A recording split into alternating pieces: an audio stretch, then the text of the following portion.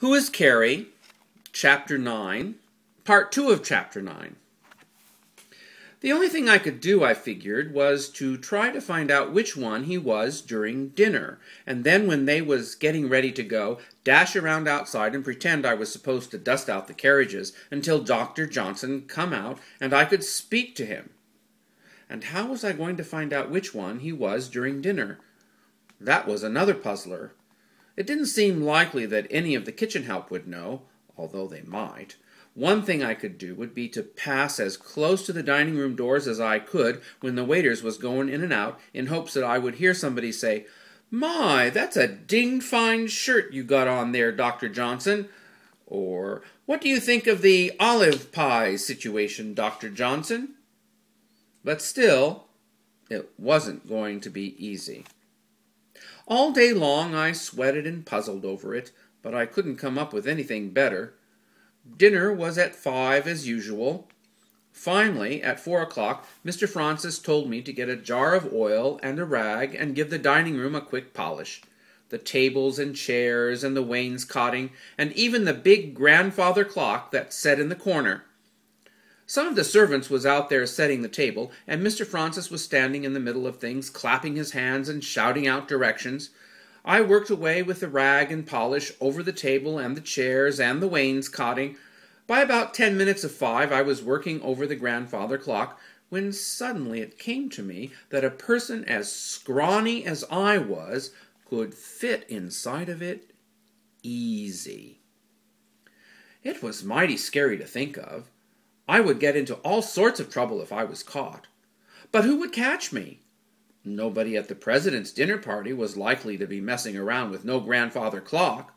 At a dinner party at the president's, you was supposed to swell around in your best clothes and talk big about how you was going to put a tax on babies or get up a law against olive pies, which was a mighty good idea to mind. You wasn't supposed to be looking inside of no grandfather clock. I mean, what would President Washington think of you if what would President Washington think if you was to look inside of his grandfather clock? He'd be mighty insulted, that's what, and chances are he'd never ask you to one of his dinners again. So nobody would do it once I was inside the clock. I'd be safe enough. The problem was getting in. There was a little lock set in the door, but there wasn't no key in the lock, and I didn't know if it was locked or not.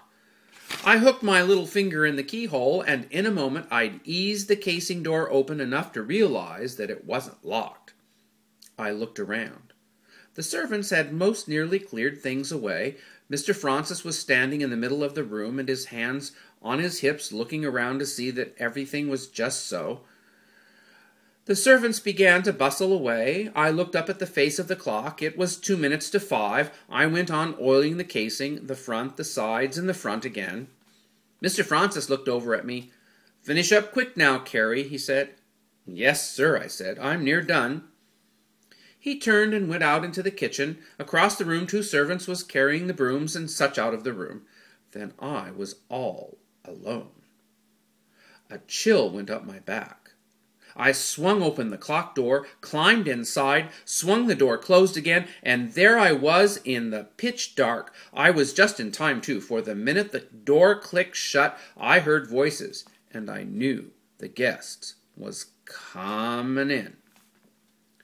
And at just about the same moment, I realized that I was taking up most all of the room inside the clock, and there wasn't no way for the pendulum to swing.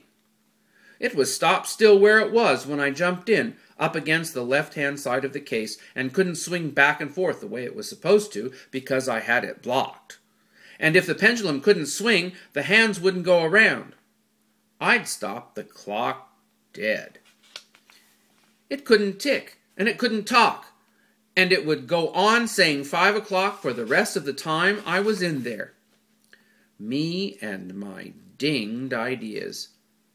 Oh my, how I wished I was somewhere else, anywhere else. It didn't matter to me in the least where I was, so long as I wasn't inside that clock no more. I'd have given anything to be in jail, or down in the West Indies baking my brains out in a cane field, or even up on the gallows having the minister say the last words over me. At least that way my troubles would soon be over. I sucked in my stomach and tried to pull myself as tight as I could to the back of the clock, but I couldn't make enough room for the pendulum to go by. Next, I tried to bend the pendulum out enough so it would go by me, but I couldn't do that neither. It wouldn't bend enough to go past my head, and I was fearful that if I tugged at it too hard, I'd pull the whole works loose with a crash. There wasn't nothing to do about it. So I let go and stood there all cramped up, praying that nobody would notice that the clock had stopped, or if they did, they would be too polite to mention it at President Washington's dinner party.